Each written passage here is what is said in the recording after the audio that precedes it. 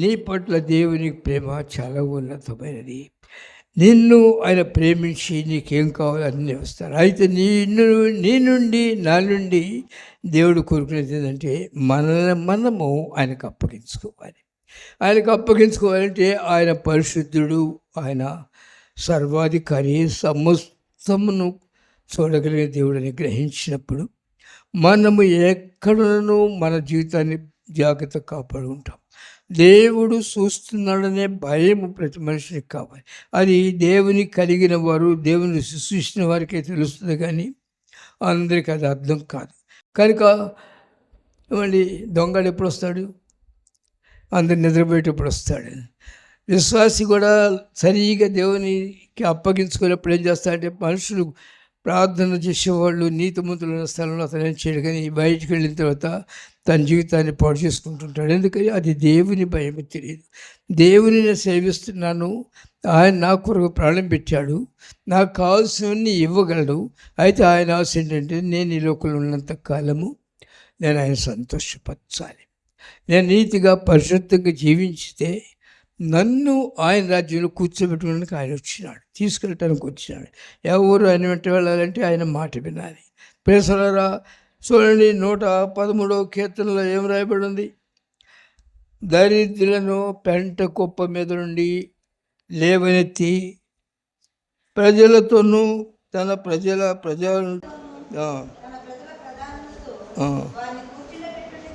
చూడండి, తన ప్రధానులతో ఎవరిని?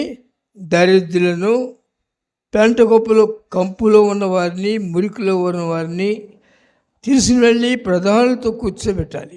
అందుకొరకు దేవుడు మనల్ని ప్రేమించినాడు. ఏం చేసినాడు? దరిద్రులను చదవమా, నేల నుండి దరిద్రులను లేవనెత్తువాడు,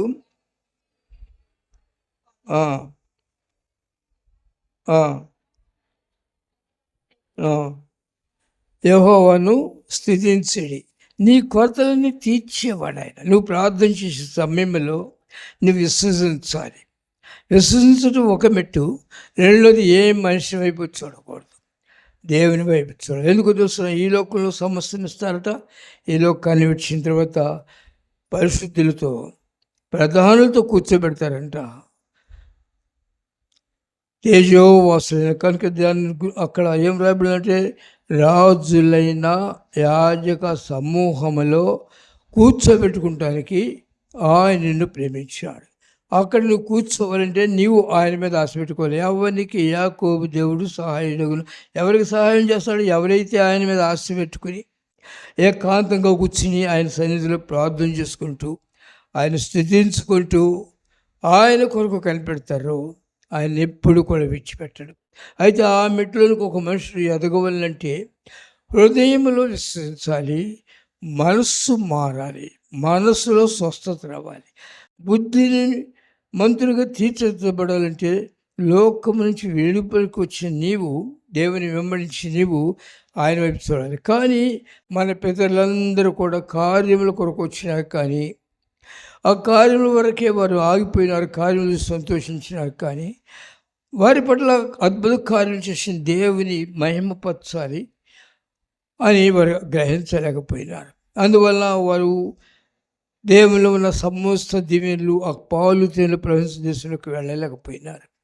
అయితే దేవుని దేశం వెళ్ళలేకపోవటం కాదు, మధ్యలో తీసుకెళ్ళి చంపేయటం కాదు, కానీ ప్రతి మనుష్యుడు దేవుని రాజ్యంలో ఉండు కొరకు దేవుని ప్రేమించడం నేర్చుకోవాలి. దేవుని ప్రేమించిన మనుషుడు తను తాను ప్రేమించడం, తన కొరకు తను జీవించకూడదు. అది ఇక్కడ వ్రాయబడి ఉన్నది. ఏం రాయబడిందంటే, మీరు విలువ పెట్టి కొనబడిన వారు కనుక మీరు మీ సొత్తు కాదు. రెండవదిగా కొరింథీయులకు రాస్తూ మొదటి పత్రిక 3వ అధ్యాయము 16వ వాక్యములో, మీరు దేవునికి ఆలయమై ఉన్నారు, ఆ ఆలయమును పాడు చేయకూడదు. అంటే ఆలయంలోంచి ప్రార్థన రావాలి. ఎలాంటి ప్రార్థన అంటే దేవునికి ఇష్టము, దేవుని సంతోషపరిచేది. ఏమని? నేను మీకు అప్పగించుకుంటాను, నన్ను ఈ మురికి నుంచి విడిపించినారు ప్రభువా, నేను బ్రతుకుట మీ కొరకి. ఎంతకాలం ఈ లోకంలో నన్ను ఉంచుతారో నా యాత్ర దినములని మీ కొరకు బ్రతుకుతాను, మిమ్మల్ని నేను దుఃఖపరచను.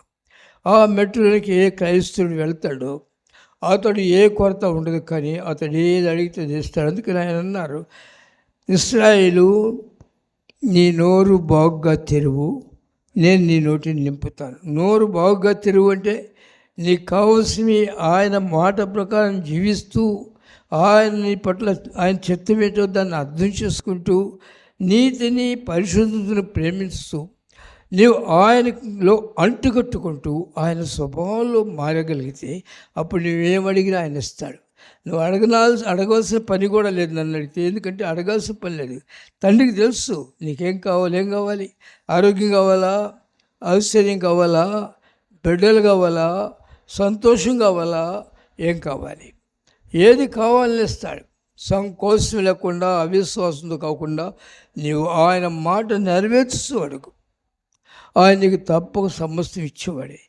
అంతేకాదు నిన్ను మహిమలో చేస్తాను ఆశ. కానీ దేవుని యొక్క ఉద్దేశం ఏంటంటే మీరు నన్ను భూలోకంలో నాకు సాక్షులుగా ఉండండి, మీరు నన్ను వెంబడించండి, క్రీస్తు వారి స్వరూపంలోకి రండి. ప్రియ సోదరుడా, రక్షింపబడిన మనుషుడు క్రీస్తు స్వరూపంలోకి వస్తాడు. లేని పక్షంలో దేవుని వాక్యంలో వ్రాయబడిందంటే మంచి చెట్టు మంచి ఫలం ఫలించును, కాని చెట్టు కాని ఫలం.